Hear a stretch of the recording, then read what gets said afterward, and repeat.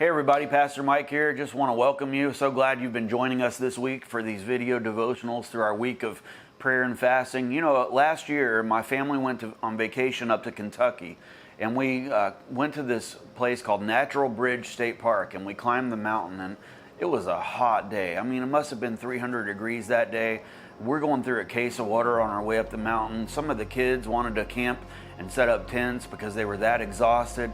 But you know, once we got up to the very top of the mountain and we're on that natural bridge, which is actually a rock that's cut out, it's just an amazing view. And then we got to do the best part where we walked down the mountain. That was the easier part. Coming down the mountain should be easy for all of us. And it should have been easy for Jesus' disciples and him as he came down the mountain. Matthew 17 tells us this story that they've been up there, he and Peter and James and John, and they come down the mountain and they encounter this father that brings his son to Jesus. His son was going through some struggles. He was having seizures and suffering greatly. And the Bible even says that he was possessed by a demon. And the dad says, "I need your help, Jesus. I brought my son to your disciples." And they couldn't help him with this. It's as if he's pointing the blame and telling Jesus, you need to do something about this because your men couldn't. And so Jesus, frustrated, says, "How long shall I stay with you?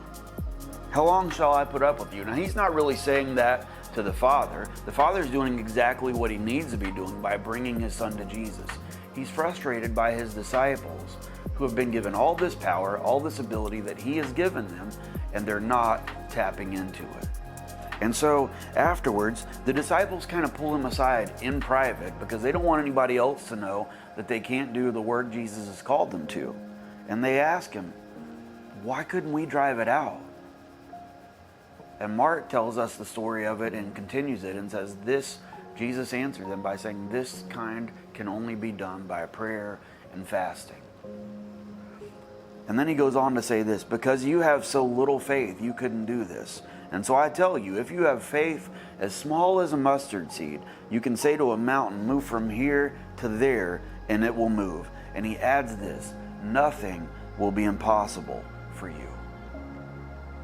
And you know, a mustard seed is one of the smallest things you'll find, but what Jesus is getting at, he's using this example that something small can do something big. And so I want to ask you today, what impossible thing are you praying about? What impossible things are you coming to God about in prayer?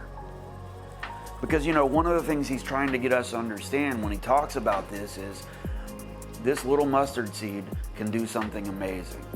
But it all happens when we put aside our own wants, our own desires, our own heart issues, and actually put our faith in him instead.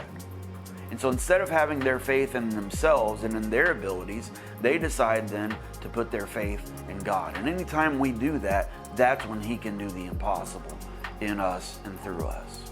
And so tonight at 6 p.m., we're gathering at the church for our Worship Wednesday. And we've been praying and fasting over needs that you've sent us. And tonight we're going to have some worship time together. Then we're going to ask you to pray with us about some of those needs that are in your life. Some of those impossible mountain type things. We want you to be bringing them. We want you to be praying about them. We want you to be fasting with us about them. Giving up some things so that you can get closer to God about these things. And so I hope that you'll join us tonight. I hope that we'll see God do amazing things because of it. I hope that when we start praying together tonight about these needs in your life and in the lives of people you love, we can look back on this day, September 16th, 2020, and see that's the night that God started to do the impossible in our lives. And I look forward to seeing you there, and I'm praying with you about the things that you're bringing to us tonight.